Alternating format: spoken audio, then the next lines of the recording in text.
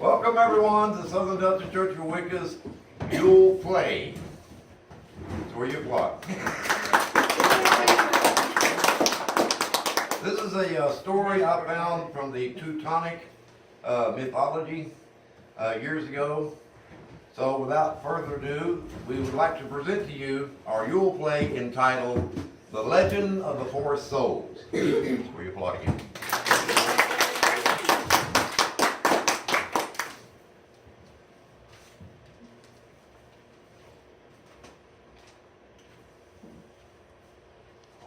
How shall I speak to thee of the man who once tread upon the sacred forest path? He who had no name, for his name had been taken from him, and his name that was to be had not yet been spoken. Let me just call him the man, for that is how we knew him when we speak of him amongst ourselves, we of the forest. I am your Wicca, which means wolf power, for wolf I be. Sometimes I am otherwise. But I will tell thee of it, so that the man will be remembered and his deeds known for those of his kind.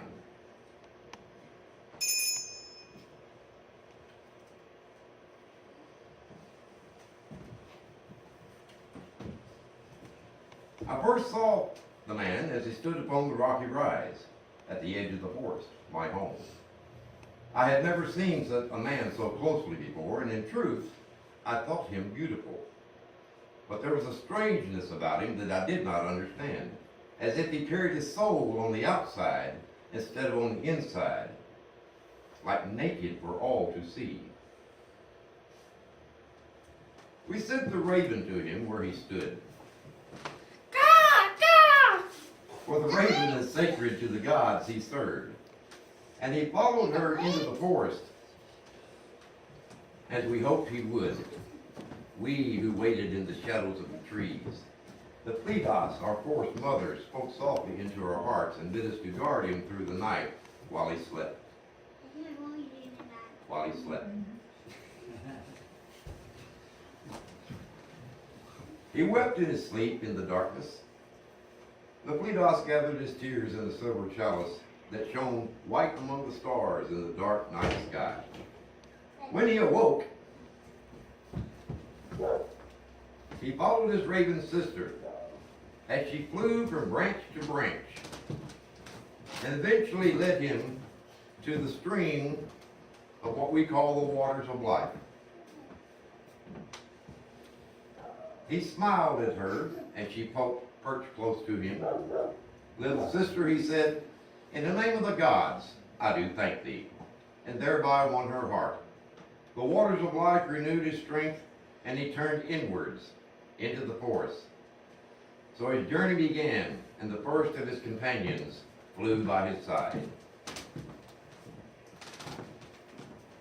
Now it was the season of plenty, when the gods ride high in the skies, and the forest yielded up to him nuts and berries and to fill his belly.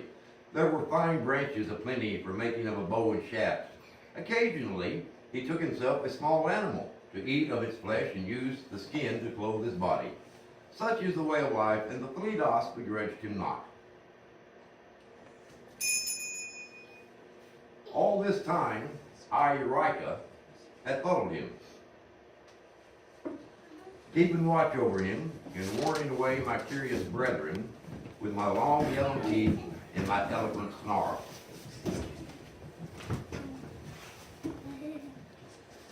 But at night, as he slept, the man shivered as the wolf calls echoed around the forest. Although he did not understand the language, he could not mistake the meaning. So my silent vigil ended. I came forth into his presence, so that he might know me. I came to him as he prepared his single daily meal. Our eyes met over his small fire, and I was afraid. Not of harm, but of rejection. He looked gravely into my eyes and asked, "What took you so long?" And then he laughed. It's hard to remain dignified when joy overtakes one. So it was that the second of his companions was I, Eureka, and I walked by his side. Summer is but a short season in our land, and shorter still within the deep depths of the forest, where days grew shorter and the nights fell long and cold. The man, the raven, and I spent our days journeying deeper into the forest, where it seemed to grow wilder and darker with every step we took.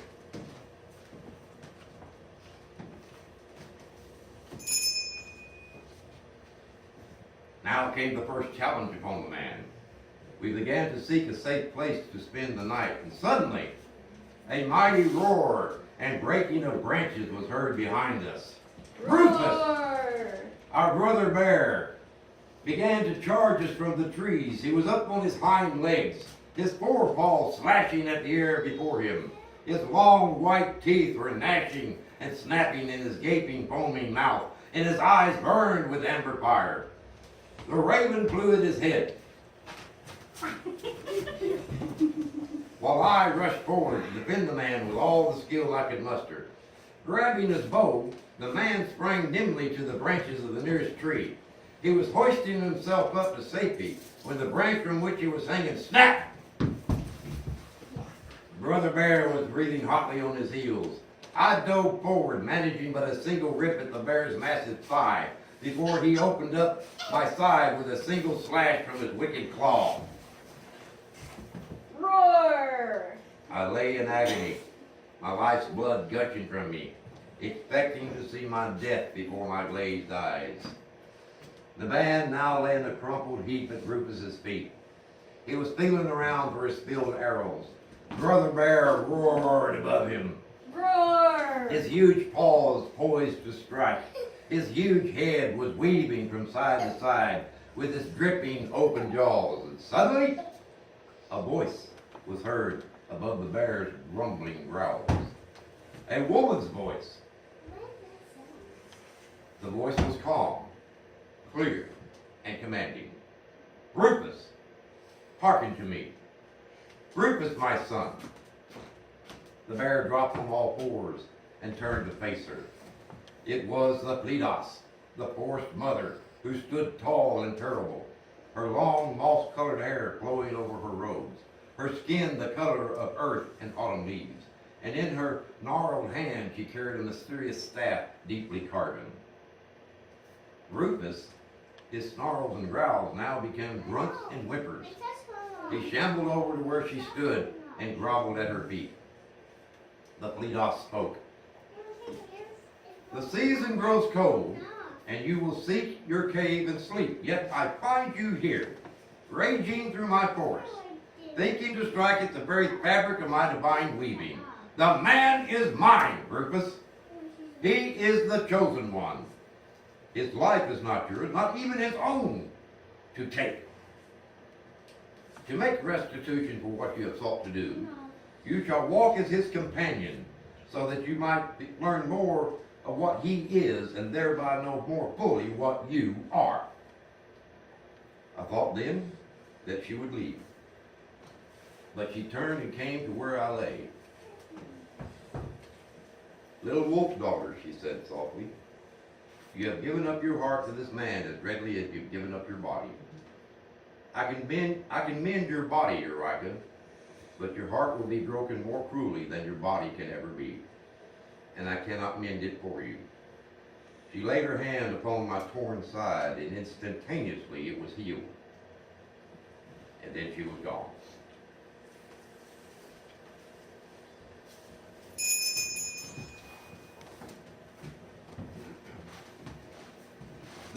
After this, on into the forest of souls did we quest. For days the man did not trouble to make a fire or to eat. We were drawing close to the very heart of the forest, where the Priestess herself dwelt, a place where time becomes elusive and the borders of reality shift and change.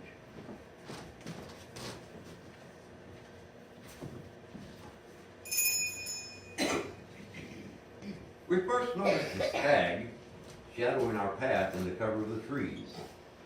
I have seen many stags in my life, but never have I seen this beast equal. He stood tall and powerfully built, with massive shoulder and haunch. Above his head, a magnificent spread of majestic antlers proclaimed his might and power. Every now and then, he bellowed a challenge directed at the man. He dogged our footsteps for many days. He never came close or offered friendship, but he became the most significant of the companions.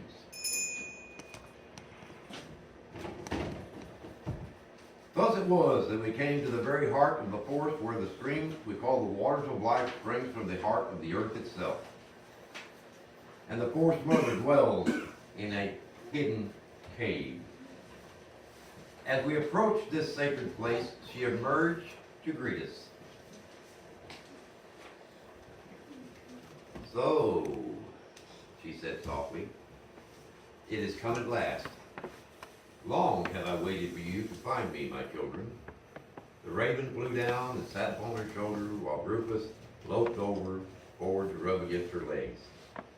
The stag behind the trees bellowed once and tore up the turf with a huge ringing hoof, while the man stood quite still and gazed long into her eyes.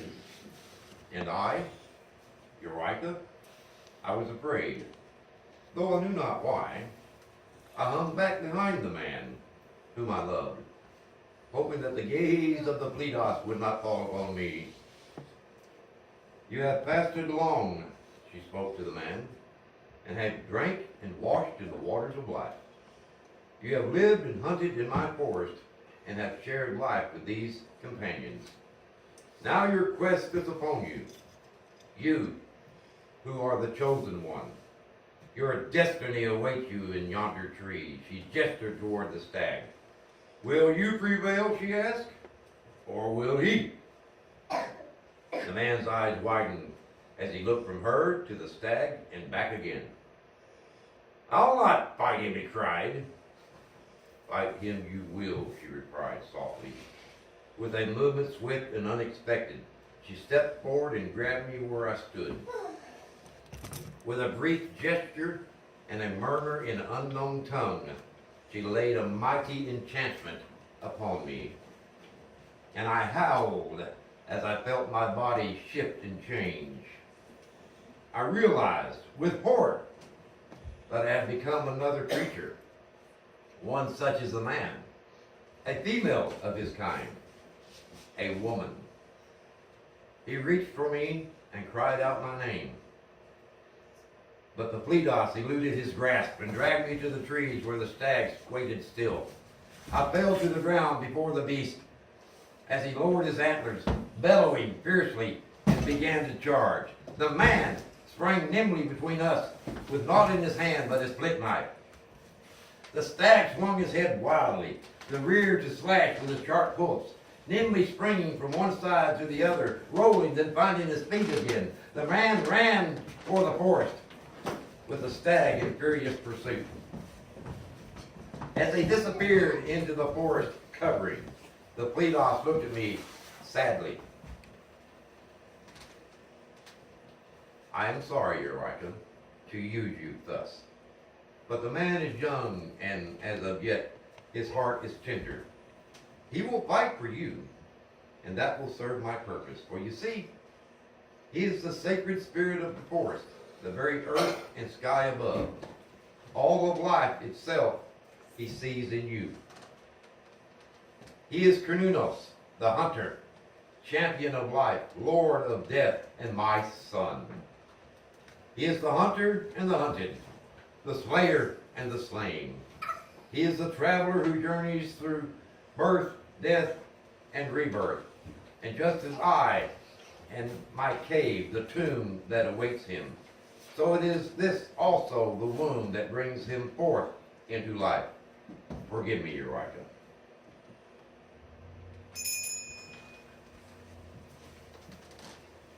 Evening fell as we waited and listened and waited and listened. A small fire flickered before the cave,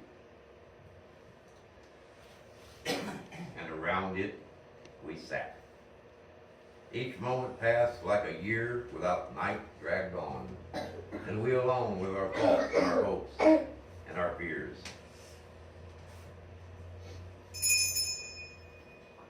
Suddenly, we heard a sound, and by the light of our fire, we saw a movement within the trees. I gasped in dismay, for those were antlers that I saw, but ho! What wonder is this?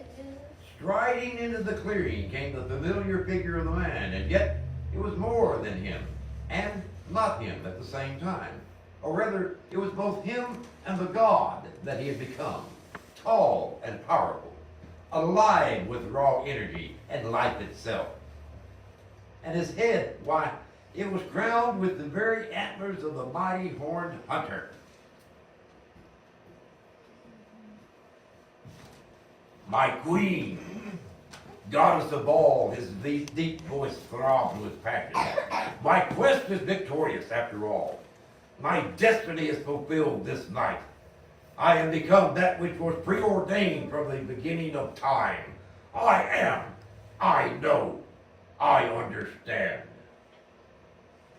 The Priestess turned to me and smiled.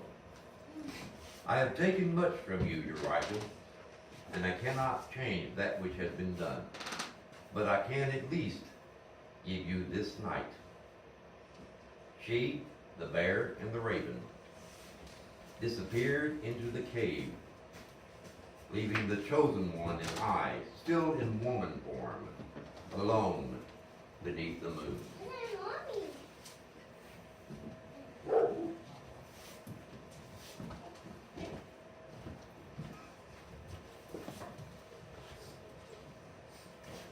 The night is long and cold.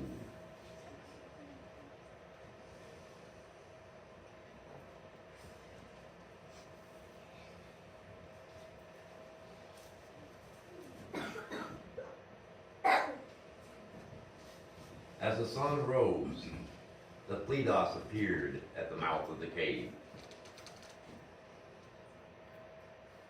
The Priestess appeared at the...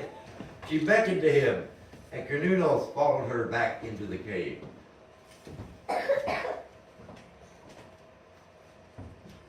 And I, Eureka, once again in wolf form, I greeted the dawn with a howl of grief and pain. Thus ends my tale, but not his. And this is the end of this story. So,